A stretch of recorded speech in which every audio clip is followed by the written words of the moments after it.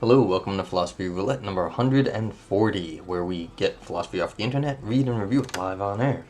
So let's just see if there's something new on the front page here. Active Psychologica. Let's just take a look at that journal. Applied Logic, British Journal of Aesthetics, Cognition, Teleological Generics. Unfortunately, I feel like cognition is a little too sciencey. When things are too sciencey, I can't sit there reading 2013 Active Psychologica. Oh, okay. And they're too long anyway to read, but interesting. So they just got added to fill papers, maybe. That warning sound is silly. Gotta change that. Alright, British Journal of Aesthetics. Everything is too long for my... I don't know if you can hear that, like, bark. It's sort of funny, but I gotta figure out how to turn that off. I don't know where it comes from. It used to just be the bump sound. Now there's, like, a bark behind it.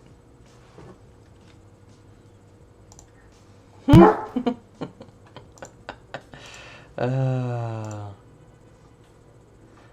nothing with page numbers there. Complexity, again, very sciencey. Constellations, what is this? I don't know what constellations is. I think I've read something from constellations, or at least I've looked at it before. One is what one does. Let's see, continental. Well, let's just see how long this is. Continental Philosophy Review.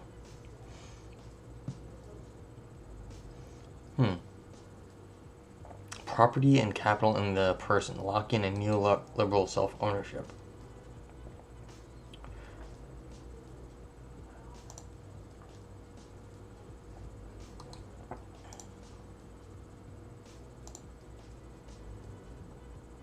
Take a look.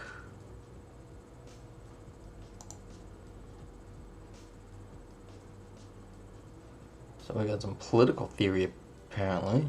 Looks like maybe it's this is an open access one, because it's right here on the page. Look at that teeny font. Maybe I'll try and look for something a little shorter, but that's cool though. So we'll leave that open for a second. 1 to 19. That's too bad. I don't want to read 19 pages. Okay, so no, we're not doing that one. See, 12, but it's unfortunately, it's a very small typeface and a wide page. So let's see, what do we got? Reviews. This is 15, so that'd be even longer than that one. Yeah. Okay, so that's cool. So we got one potential paper. Let's see if we get something a little bit shorter. SBs. Is this... Oh, I think I read something SBs. It's the, hey, Crutch. Things are going well. I'm looking for a paper to read. If you got any suggestions, please send them along. Yeah, let's see. Do I want to do some aesthetics? Let's take a look if this is available.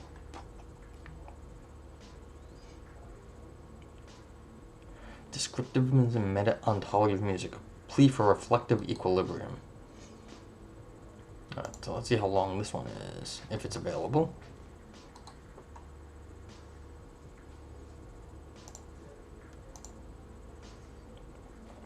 Open access, interesting. 1 to 11, also a very small font. Maybe not so bad. Let's hit the download button on this one and see what we get.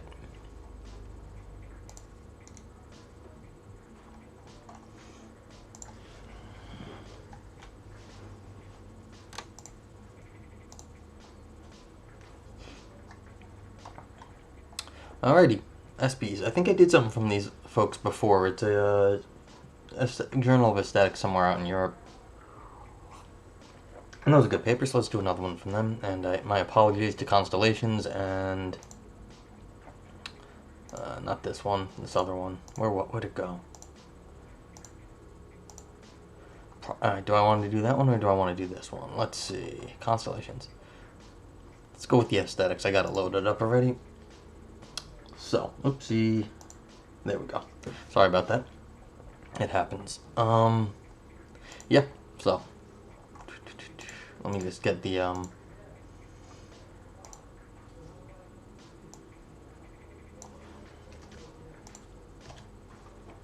and if you want to link to this, well, if you're in the chat or if you show up later, you can of course type !paper in the chat and the link will pop back up.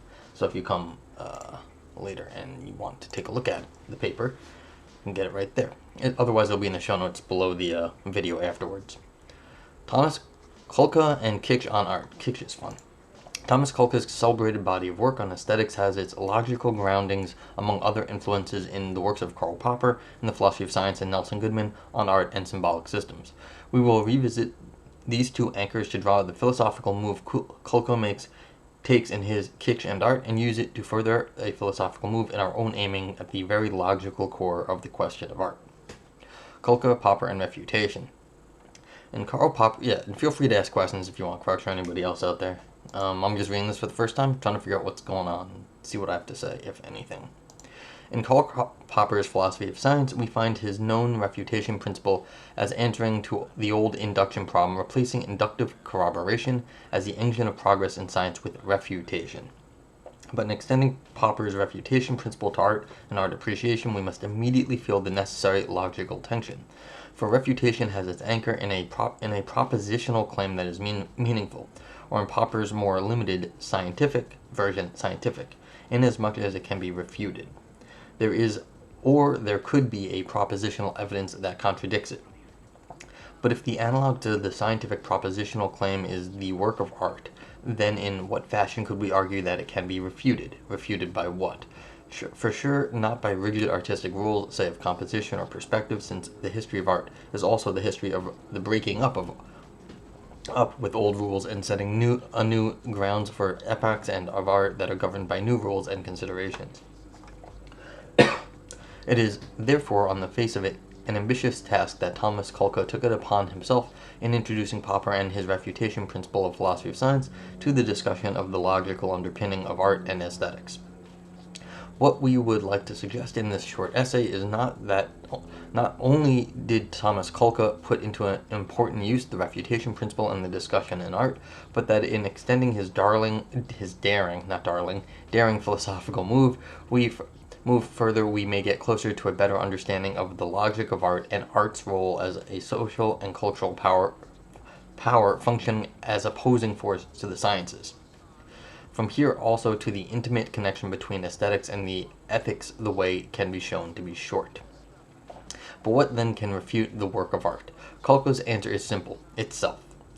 It itself. The work of art is set against itself as a standard. It is therefore can be said in a sense to refute itself.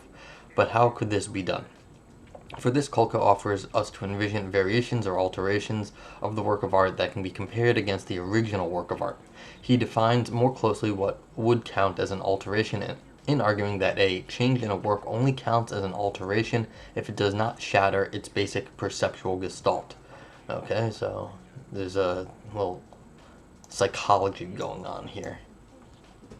He then invites us to evaluate the alteration or the versions against the unaltered work of art and classify them as better or worse from the perspective of aesthetics. He follows this with an ingenious rationale construction of core aesthetic predicates such as unity, complexity, and intensity to come up with a calculative formula that can capture our aesthetic evaluation of the work as a byproduct of the interplay between these three basic aesthetic predicates. Okay, so we've got unity, complexity, and intensity. And that has to work together to somehow change some sort of psychological aspect of the work of art. Okay, so let's see how this plays out. Unity, for one, is correlated with the number of alterations that damage the work of art minus alterations that improve it. In the end of the spectrum, we may consider a work whose manifold possible alterations only damage the aesthetic value of the work, and in this, its unity therefore will score the highest.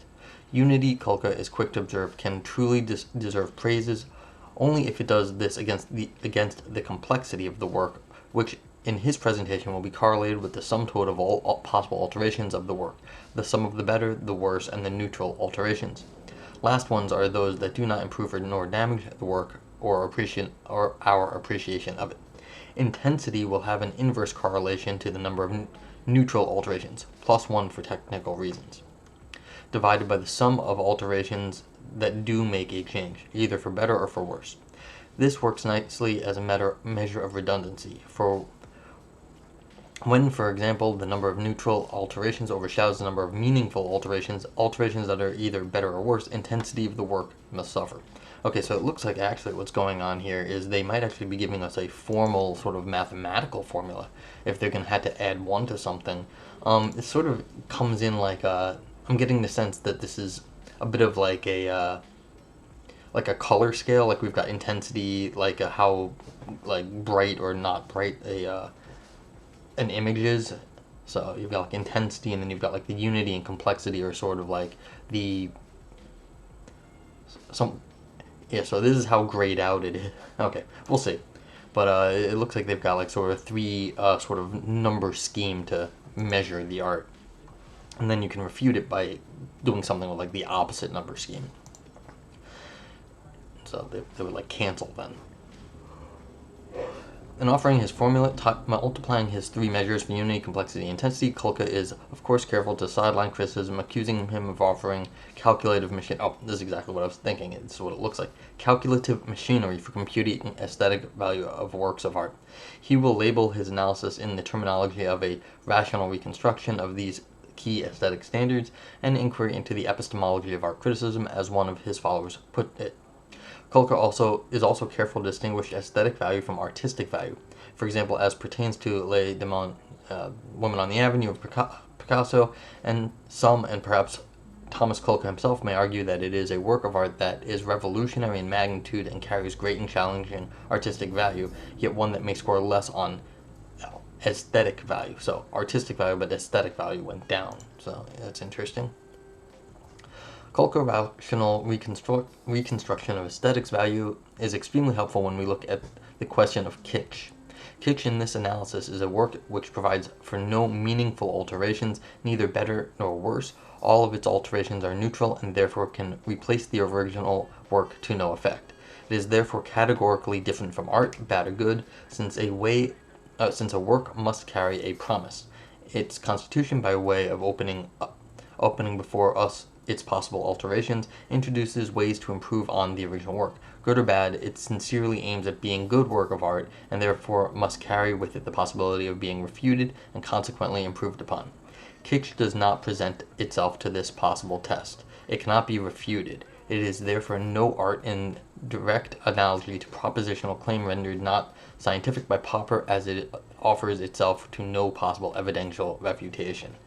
Okay, so in going against the notion of being good or bad art, it's art of some other sort, on a different sort of dimension, then therefore it is a different sort of thing going on.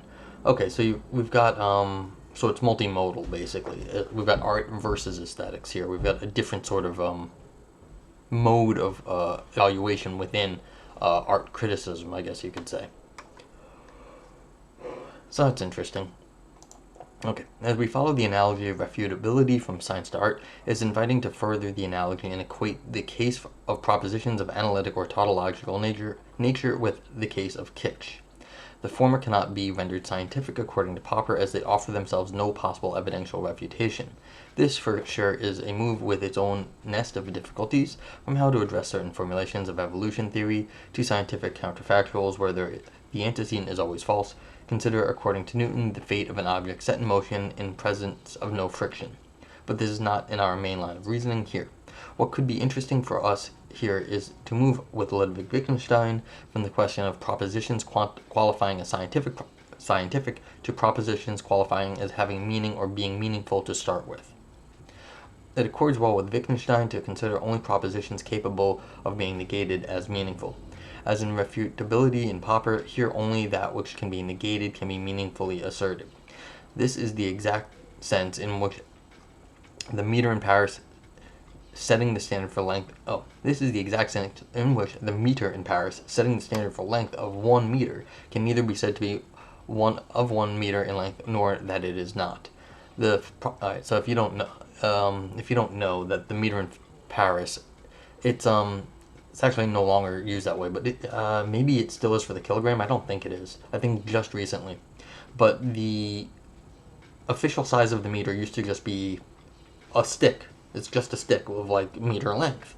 But the problem is all other meters are defined in terms of that stick. So if it were to get bigger somehow, because, like pieces of metal expand because it was a piece of metal or whatever, in heat, then all the other meters in the world would, in some sense, be wrong because they were now shorter than that standard meter. So the argument here is that you have to understand there are certain things that can't be meaningfully analyzed because they are the standard for what meaning is. All right. Moving on. The proposition asserting nonetheless that the meter in Paris is 1 meter in length is a grammatical proposition or fact of meaning, as some would have it, therefore has only the facade of a meaningful proposition. Pseudo proposition that it can neither be asserted nor negated. The meter in Paris cannot be asserted as having satisfied its own standard of length, since, as it were, the assertion to this effect cannot be negated. Yeah, because by definition, that stick is the meter. And the kilogram, if up until maybe a year or two ago, it was the kilogram. Even if like pieces of metal came off of the block of metal, it was still a kilogram because that's how it was defined. An analogy revisiting Kitsch as pseudo-art as having only the facade of a work of art works well with Kulka's philosophical move. Kitsch, as it were, cannot be negated. It is therefore not an artistic assertion. It is not art. Ooh, just out with the it's not art, it's something else. Okay. Before we continue, we should touch briefly on the second major influence on the work of Tomas Kulka, and this is the philosophy of Nelson Goodman. Nelson Goodman is known for his paradox of Grue, which strengthens the futility of looking for corroborative or probabilistic mechanism answering to the problem of induction, to which Popper offers his refutation principle. Goodman inquired equally well into questions of philosophy of science, which was his interest, for example, in counterfactuals, as well as into the question of art and aesthetics.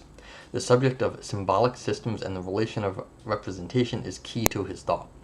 Realism, he considered, is but the acceptance of what he labeled entrenched conventions of representation, and in many respects, though art, according to him, was strictly speaking not a language, he did analyze the question of art from the perspective of language and symbolic systems, as the title of his prominent book, Languages of Art, must indicate.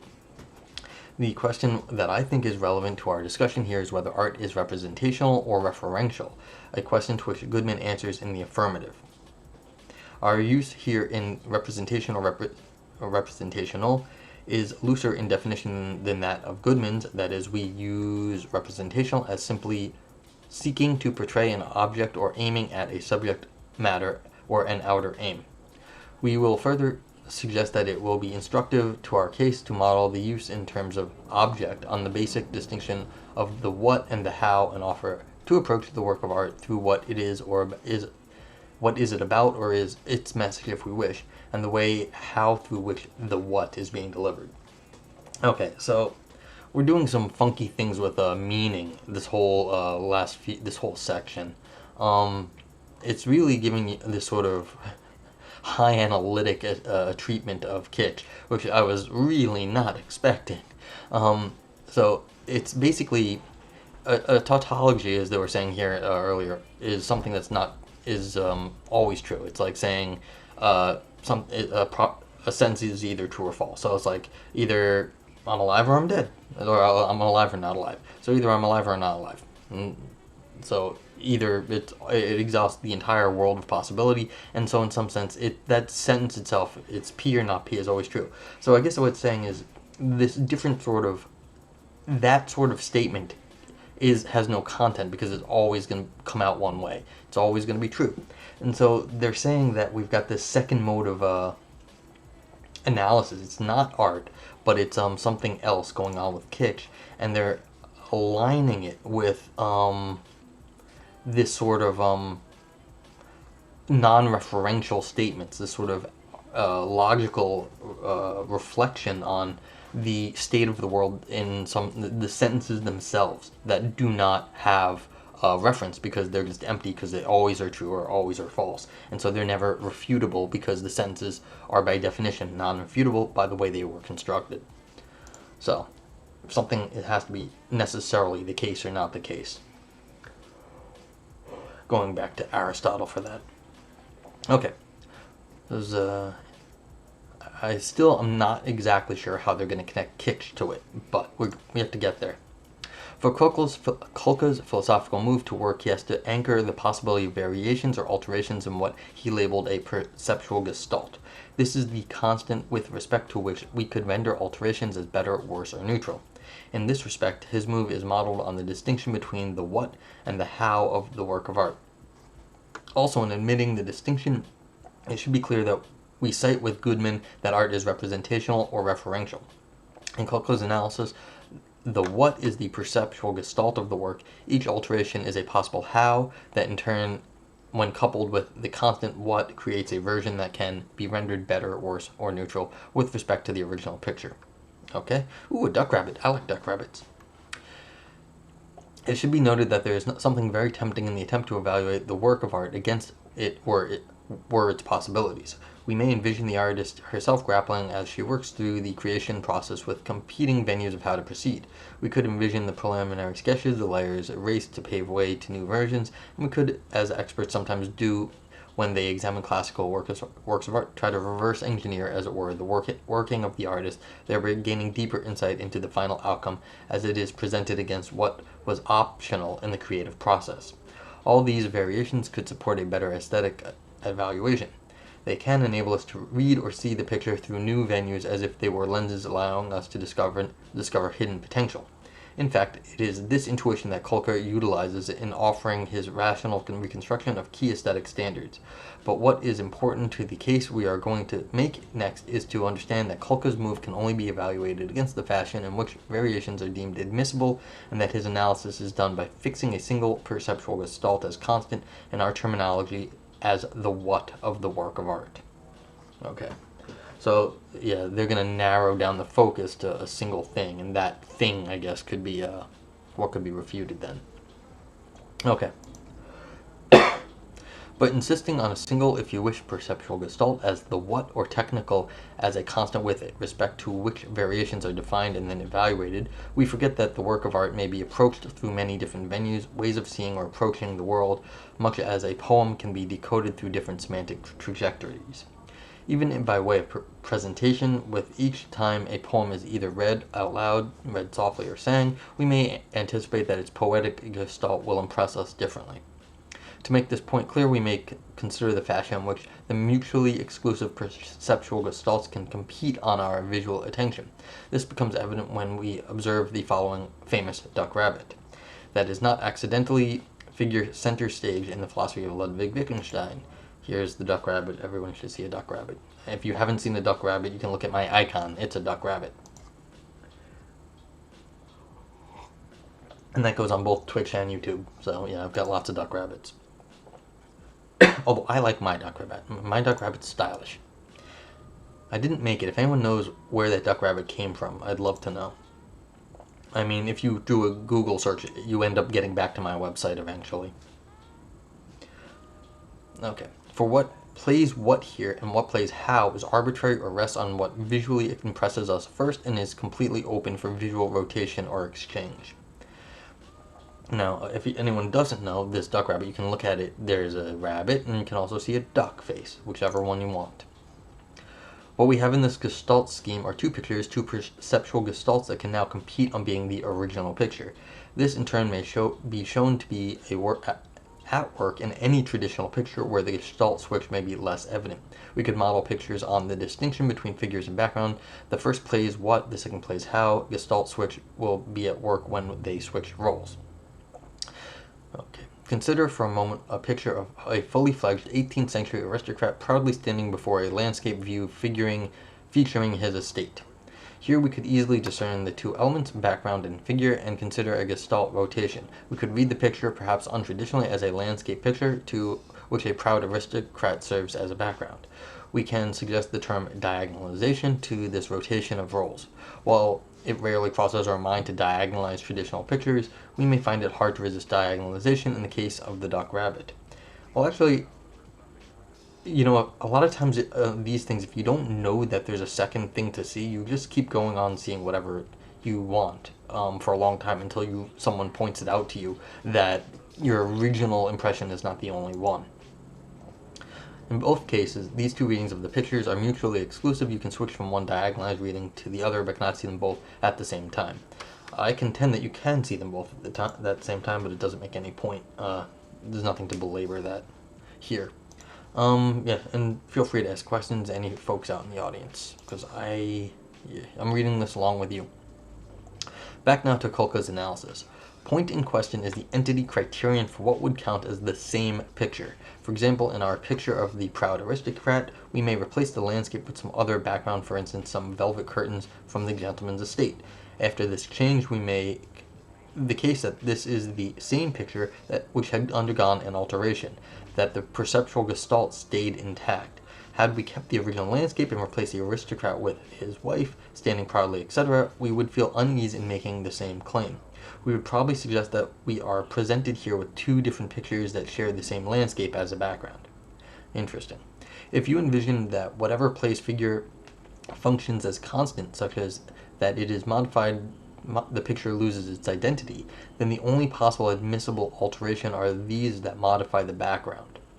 We could then ask what modification of the background that do not alter the picture as a whole, since if figure is yellow circle, background modified to yellow will not work, are better or worse for neutral in the fashion that Kulka suggests.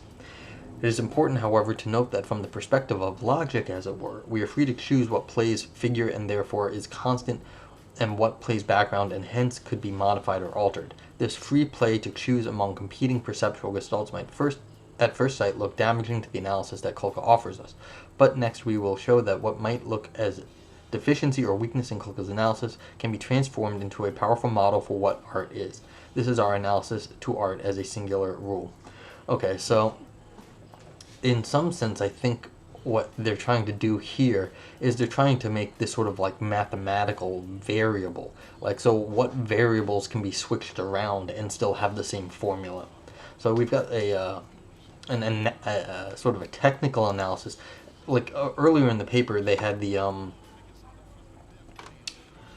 sort of mathematical analysis, and they said that's not really the point. The point is more, it's like the mathematical abstraction, not the like the actual numerical value that we're going to assign to art pieces, but there is an abstraction that we can do, and this is the abstraction. To be able to see the same work of art, like we see the duck rabbit in two different ways, and then everything else, like this background here, you could switch that out and the duck rabbit wouldn't change. And so what is exactly the value of the art if you can switch certain things as if they were variables to be plugged in with different values? Excuse me. Okay. Art as a singular rule. The very idea of a singular rule carries with it the flavor of a paradox. It is a rule whose only instantiation is itself. Well, yes, and what kind of rule is it then, if it's only itself? It can admit as an argument only itself, and what it prescribes as a rule, the condition it asks itself to satisfy is not grounded in any prior condition. It is both the condition and the object that satisfies it as a condition. We can go back to Immanuel Kant and his critique of judgment, where we can encounter his analysis of the prediction of beauty, the predication of beauty. We learn that blank is beautiful does not behave as general predicates do, say predicates blank is rolling or blank is the end. The latter can figure in propositions expressed by sentences such as the stone is rolling or this is the end. In these propositions, the meaning of the predicate as condition can be grasped prior or independently of the instantiation of the argument, for we can grasp what is rolling or is the end are prior to the encounter with the stone or whatever this refers to in the context in which it is being used. Yeah, see, this is the variability. This is what I was talking about earlier. See, if you got a blank, that's a variable position. You can stick different things in. But in Is Beautiful, the aesthetic is not the same sort of function as these other predicates are. Okay, so not so with blank is beautiful. Here the predication is indexical or in the Kantian fashion, with no concept antecedent to the given intuition. No concept here means no general concept or rule that we could grasp in its meaning independently or prior to encountering with the object playing argument to the rule. But before getting entangled with the singular rule, we may first ask, how can a work of art be a rule or prescribe a rule to which itself can be subjected as an argument? Ooh, MC Escher, that's fun. To this question, Kulka offers us a rather easy venue. In following his analysis, we can transform works of art into rules. By fixing the perceptual gestalt constant in our terminology, that is, what of the work, we could design a rule that takes arguments takes as arguments all possible variations of the work and admit only variations that keep the gestalt intact. So you're putting a domain restriction, basically, on what can and can't go into a work of art, and keep work of art the same work of art. Surely the unaltered work itself is such a variation, and can function, therefore, as an argument, or as a variable for an argument. So, the art itself is the argument, and then the domain itself is the domain of variables that can be plugged into it and still keep the same sort of logical or mathematical formula. Furthermore, it is easy to see that it must be admitted as falling under itself as a rule, since it clearly does not refute its own gestalt. Next, we can compare the admissible version with respect to the question of whether they improve, damage, or stay neutral with respect to the original picture. But the difficulty arises, as we pointed in previous section, when the work of art is open to different or competing visual readings, as in the case of the Gestalt switch. How can we then apply the idea of the work of art as a rule? Let's revisit the phenomenon of Gestalt switch, this time with the following mosaic by MC Escher. So everyone look here close. I don't know how big it is on your screen. Can I zoom in on this? Oh, don't know if that's really worth it, but everyone take a look.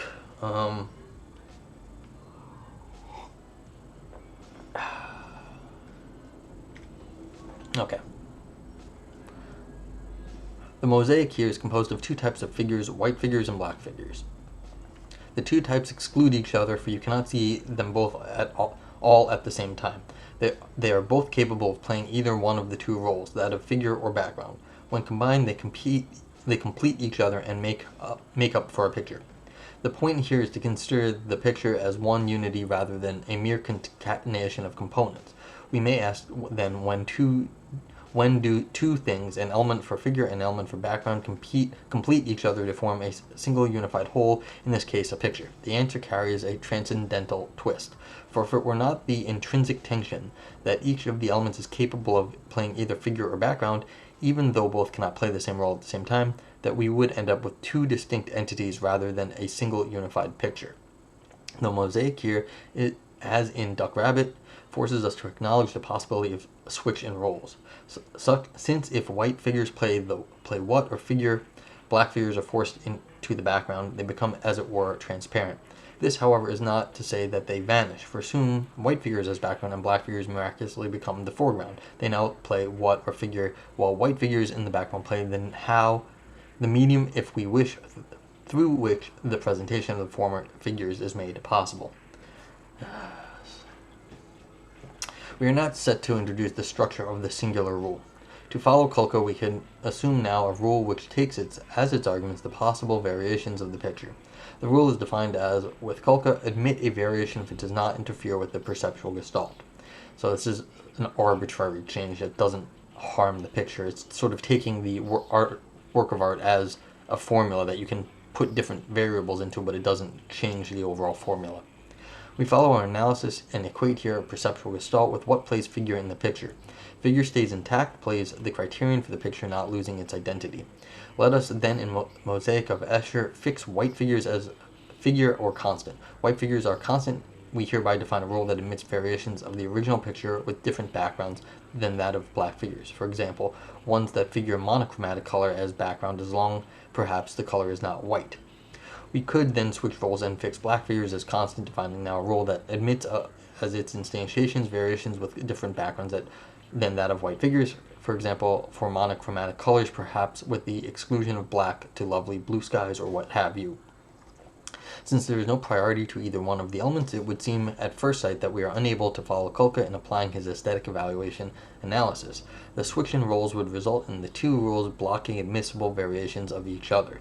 To conform with the picture or its perceptual gestalt staying intact, possible variations offered by the two rules cancel each other out. I don't know about they cancel each other is out, not how I put it. It's more of a, you've got to, if you're going to like erase the black figures and like leave the white figures and put something else there, and then or conversely save the black figures and erase the white figures and put something else there, then they don't cancel each other out. They've been either erased or replaced, and you've lost the entire picture. So I guess they kind of cancel each other out, but it's like you've got a completely new picture instead. You've got all these, you've completely substituted it out, and you've lost the picture. And so in this case, you can't have treated the picture like a formula where you can replace parts of it arbitrarily. But a moment reflection shows us a new prospect. For what if we have encountered here is the schematic structure of a singular rule? The two possible rules, each fixing one of the elements as constant, exhibit here the logical structure of a singular rule. Preserving the identity of the picture mandates both that the white figures become constant, call it the white rule, and the black figures be constant, call it the black rule. It is only in the working in tandem of the two competing yet completing rules that the identity of the picture is secured. In fact, when we, as observers, switch between the two possible diagonal readings of Escher's mosaic, we vacillate between seeing the picture as the manifestation of one or the other of two corresponding rules. Seeing the picture as produced by one of the rules, the second rule unfolds as the former unique extension and vice versa. This is what we mean by a singular rule. It is both the rule and its unique extension. Okay, so in switching back and forth, then you can't get, then in that case, it is only in that experience of switching back and forth can you possibly understand the whole work of art, but that means there is no other way to do it because there are only two possibilities, and those two possibilities are, they take up the entire world of possibilities. So okay. Escher's mosaic is an impressive illustration for what it means for something to be a singular rule. This can be phrased in the terminology of the what and the how. By keeping the what constant, we define a rule which takes as arguments the different ways by which the same what may be achieved. Assume that the work of art is a singular rule, then there is only one unique way that satisfies this rule. This structure is completely symmetric, that is, we can keep the how constant, define a rule, and take the what as its unique extension. But this, in final analysis, puts the what and the how on an even plane. These are not different metaphysical categories. For whatever we consider constant comes over as the what, thus we form a rule and present the how as the unique extension of the rule. This then is what we mean by the work of art is a singular rule, and it's something that also offers us a better understanding of the discussion we briefly mentioned in the context of Nelson Goodman that concerns the question of whether art is representational. Art is representational in the sense that it does not relate to an object in the loose sense we offered, in which its makeup must be that of the concatenation of what and how are uniquely and interchangeably tailored to each other. Okay. So when you can no longer replace anything in an art, then it becomes singular. Okay, and that makes it, I guess, that makes it a true work of art or something, in that, I don't know, maybe, yeah, I don't know what the value assigned to that is, but it's something else. Okay. And what is said here all about singular rule, we must be echoing a basic intuition we all share. That art is about the unique tailoring of form and content of the what and the how. For what is a great poem if not a message delivered in a fashion tailored to this exact effect, such that the message could not have been delivered in no other way, and that this very vehicle of delivery is only suited to deliver this message and no other. Yeah, so this is, I guess here is where we're getting. The greatness of art is in its singularity, that there is no other way to express what is being expressed there in that exact work of art. Okay, and so the anti-variability of great works of art. So the more that you can actually change something in a work of art, the less it has this greatness to it. It's not so unique anymore. Okay, art appreciation. Now that we outlined the logic of singular rule, I would like to follow Tomas Kulka and suggest in the matter of art appreciation that the work of art must both set the standard for its evaluation and present itself as a candidate for the fulfillment of this standard. For this, we should transform the idea of a singular rule into a normative demand. In other words, the work of art should set itself as a singular rule, and the extent to which it succeeds in achieving this goal would determine whether and to what extent it is worthy of our appreciation.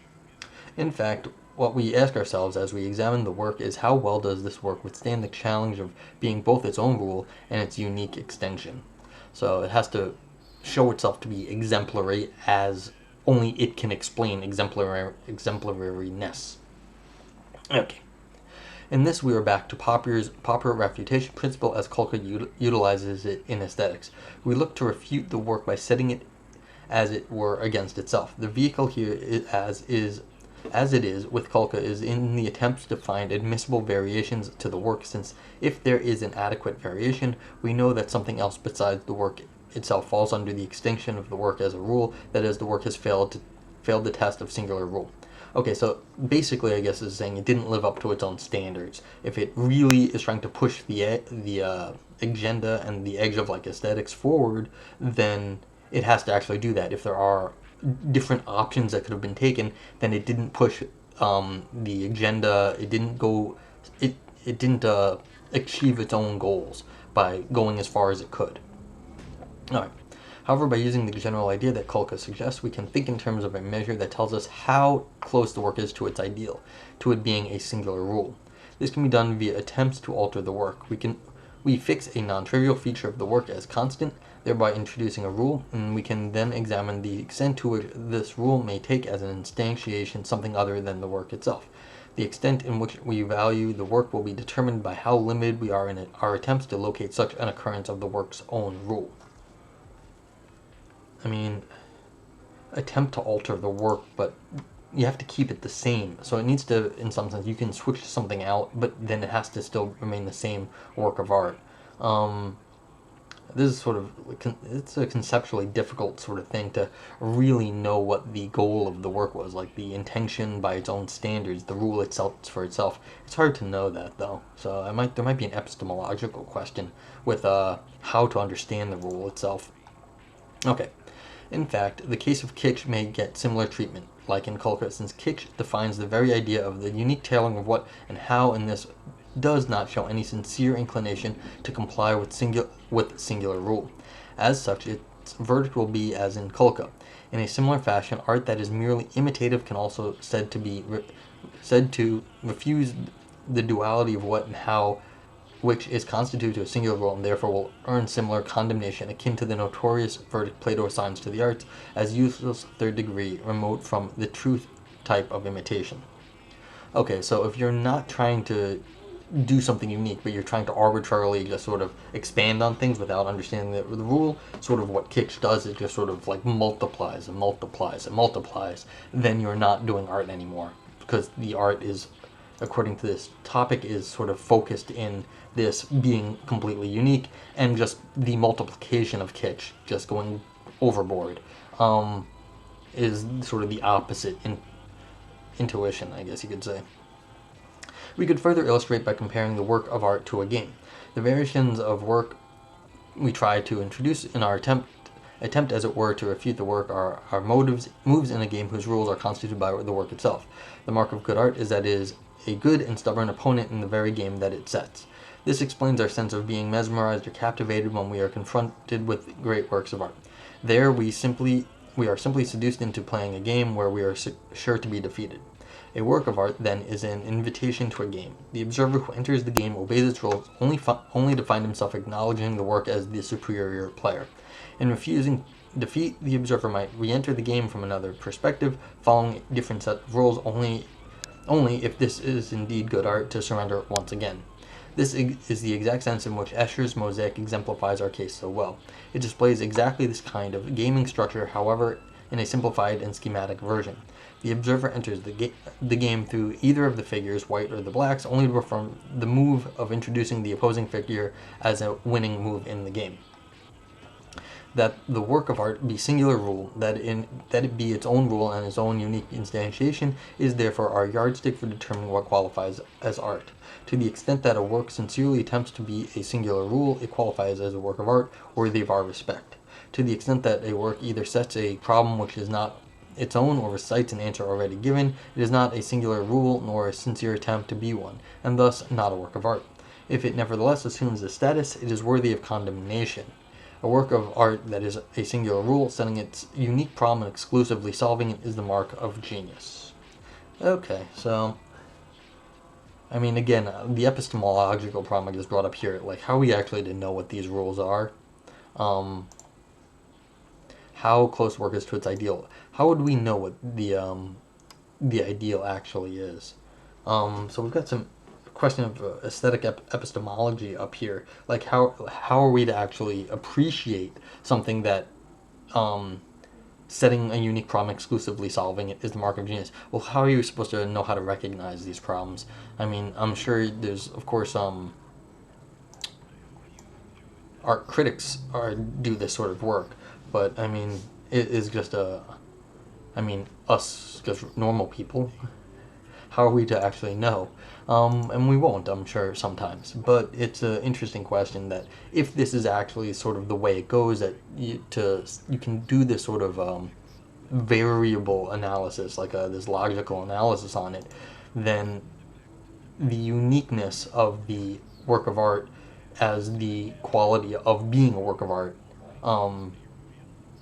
I mean, it's an interesting theory. Okay. Art and science, aesthetics, and ethics. Getting to the end. The work of an art as a singular rule implies that the work of art is unique. It is important to note how, well, I mean, you just gotta think of, and then there's people who play with the idea of uniqueness. Of course, the ready-mades come to mind. It is important to note, however, the distinction between a thing being unique and a thing being particular. Here's where, yeah, exactly. A particular object in and of itself does not imply that the object is unique. We tend to think of particulars as they were in our prime examples for the application of the idea of uniqueness. But if we follow this line of reasoning, we expose our analysis to the objection that particulars qua being unique are exemplification of a singular rule and therefore qualify as works of art. The point of our analysis, however, is reversed. We need a grasp of the structure of a singular rule in order to grasp the true meaning of uniqueness. Yeah. We might therefore say that it is art qua being a singular rule, which tells us what uniqueness is, and hence a particular, if it does not exhibit the structure of a singular rule, it is simply not genuinely unique. Consider a particular chair. This chair is not a singular rule, since many other objects' chairs can achieve what it does, that is, all such objects achieve the same thing. They can all serve the purpose of sitting. The circumstance under which we nonetheless acknowledge a chair to be unique must therefore be only the circumstance when it exhibits a singular rule. In this case, we may say that this object is genuinely unique, since under this condition we note that the object escapes the general classification as chair, or any other general concept we may offer as a heading under which this object may fall. I mean, all paintings are paintings, so, I mean, if you can say, like, I don't know what, I'm worried that you can still, there's still like ways out of this one. It's like, I mean, all the works of art still fall under different categories. Okay, let's see what the author has to say. The point about singular rules is that their structure exhibits the duality of figure and background, or that of the what and the how. The structure, as we have shown, entails the how and the what are interchangeable, and hence the how, the way in which the genuinely unique chair object serves its purpose, would equally well function as the what, that is, what this object does or serves. In switching the roles of what and how for this object, we would see it no longer as a chair, but rather as something else, that is, something new would be brought up to the surface or to the foreground by way, let us say, of utilizing the chair-like qualities of this object. In such a case, the chair would rightfully make the case for it being unique, and hence would acknowledge it as a work of art. I think it is only appropriate to introduce two beautiful works of art, two chair-like singular rules. One is Duchamp's on the left, and the other is Mona Houghton's on the right.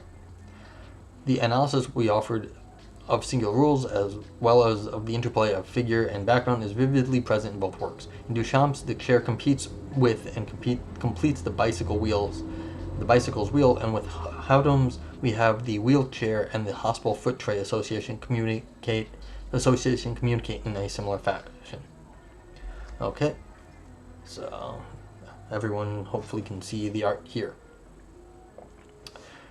The point about particulars we should note is that they fall under general concepts whose extinctions have as members potentially, and as members of fact, more than one particular. This says of a particular which is not singular rule that it does not present a real case of uniqueness. Science, for example, treats all particulars as falling under non-singular concepts, and in this way it obliterates their claim for uniqueness. We could for sure resist this oversweeping tendency towards generalization, the subjecting, as it were, of nature and our immediate surroundings to the concepts and needs. For example, we may consider an element of our surroundings or of nature unique, but as something that does not fall under a concept. But in doing so, consider, for example, the scenic view of a landscape, unique and inimitable, we actually treat it as a singular rule, that is, we treat it as art. This is where nature presents itself as art, as an ideal or as a model for what art is or should be about. This introduces art's role in society as a constant reminder of nature's uniqueness, and hence also as a reminder of the uniqueness of our lives. In that, art presents itself as a counter-force against social institutions like the sciences, whose task can be viewed as that of the enslavement of nature to our concepts and pragmatic needs. This is the exact sense in which we could, without falling into cliché, say that it is art that sets nature and therefore us free. Well, you're falling into cliché, even if you try to get out of it. But I mean, as has been said before by me, and I'm just quoting some other philosopher, pretentiousness happens in philosophy. You're going to be pretentious sometimes. It's a job hazard. You just have to sort of own it as part of the job. So you're going to fall into cliché sometime, and that's okay. This also presents the real significance of art and art sensibility and education to our lives, since it may be viewed as the sensibility required for us to be able to observe uniqueness against the background, science, and practicality of life that seem to force on us a worldview. Within its frame of genuine uniqueness has little role to play. Here also we must note lies the intimate bond between ethics and aesthetics, since the ethical dilemma must also be conceived as a singular scenario that escapes labeling under general headings of concepts. In conclusion, we may say that the idea of a singular rule offers us also an insight into the ways in which diverse concepts and social forces are at work together, completing and making sense of each other. In center place, as was hinted in these concluding remarks, is a quintessential opposition between the sciences and the arts, as given in terms of the enslavement of nature versus the setting free of nature, as well as the interplay between the ideas of freedom, genuine uniqueness, and the question of the meaning of art as well as of life. Okay. So, there's a little bit of fun in aesthetics and logic, which this is Wittgenstein and inspired. We got M.C. Escher, we got Duck Rabbits. These are all good times. My biggest question about this is the epistemology of this, the epistemology of aesthetics here. How do we know the difference between what and how in this question? But that's it's nothing critical. It's not like it's gonna... This is not a crucial thing. That's just what you have to learn about art to understand what exactly is going on. So there is something going on in sort of expert art criticism, and you have to understand something about the world. And what goes into that is a bit more difficult, though. Yeah, so I always like pictures in philosophy papers. You don't always get pictures. They're helpful. Any questions from the audience? I'll try to answer if you have anything you want to hear about. It is sort of a novel approach to treat artworks as sort of formulas that you can replace different variables, and it says the inability to replace the variables makes the formula unique, and therefore the artwork unique, because there is no replacement allowable.